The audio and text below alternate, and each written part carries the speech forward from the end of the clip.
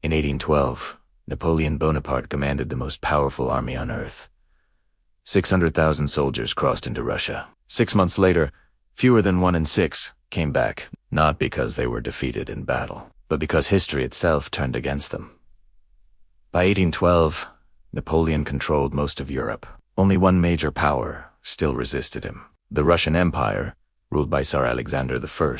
Napoleon's goal was political, not territorial. He wanted Russia to obey the continental system, a trade blockade designed to economically destroy Britain. When diplomacy failed, Napoleon chose invasion. On June 24, 1812, the Grande Armée crossed the Niemen River into Russian territory. It was the largest army Europe had ever assembled. French troops formed the core, but they were joined by Poles, Germans, Italians, Dutch, Swiss, and Austrians. Napoleon expected a fast campaign. He believed the Russian army would fight near the border.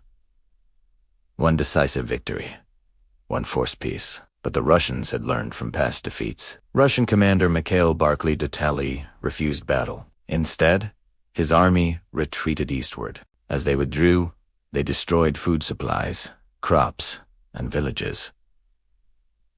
This was scorched-earth warfare. It denied Napoleon the ability to live off the land. The deeper the French marched, the worse conditions became. Supply lines stretched hundreds of kilometers back into Europe. Wagons broke down, horses died from exhaustion and starvation. By August, Napoleon's army was already shrinking, not from combat, but from hunger, disease, and desertion. In September 1812, the two armies finally clashed at Borodino, near Moscow. It was one of the bloodiest single-day battles of the 19th century. More than 70,000 men were killed or wounded. The Russians retreated again. Napoleon claimed victory, but the Russian army was not destroyed. On September 14th, Napoleon entered Moscow. What he found shocked him. The city was largely abandoned. Within days, massive fires swept through Moscow. Historians still debate responsibility, but Russian authorities had removed fire equipment and prisoners were released. The result was catastrophic. Nearly 3/4 of Moscow burned. Food, shelter, and supplies were gone. Napoleon waited. He stayed in the ruined city for over a month. He expected Tsar Alexander to negotiate. No message ever came. By mid-October, winter was approaching. Napoleon had no choice but to retreat. This is when the true disaster began. Temperatures dropped rapidly. Snow fell earlier than expected. Soldiers lacked winter clothing. Many wore thin summer uniforms. Horses collapsed by the tens of thousands. Without horses, artillery and supply wagons were abandoned. Hunger became constant. Men boiled leather belts. Some ate horse carcasses, frozen solid. Disease spread through the columns. Typhus killed more soldiers than Russian weapons.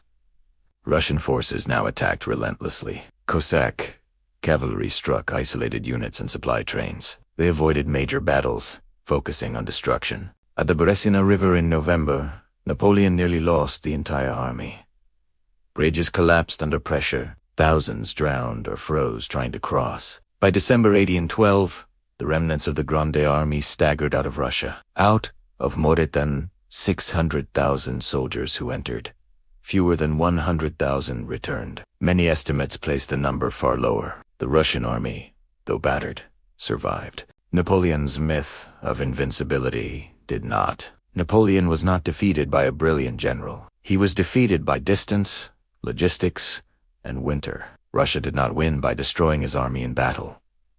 It let time, terrain, and weather do the killing. The 1812 invasion shattered Napoleon's power. Within 2 years, he would be forced to abdicate. History's lesson: simple. Even the greatest armies can collapse when ambition outruns reality.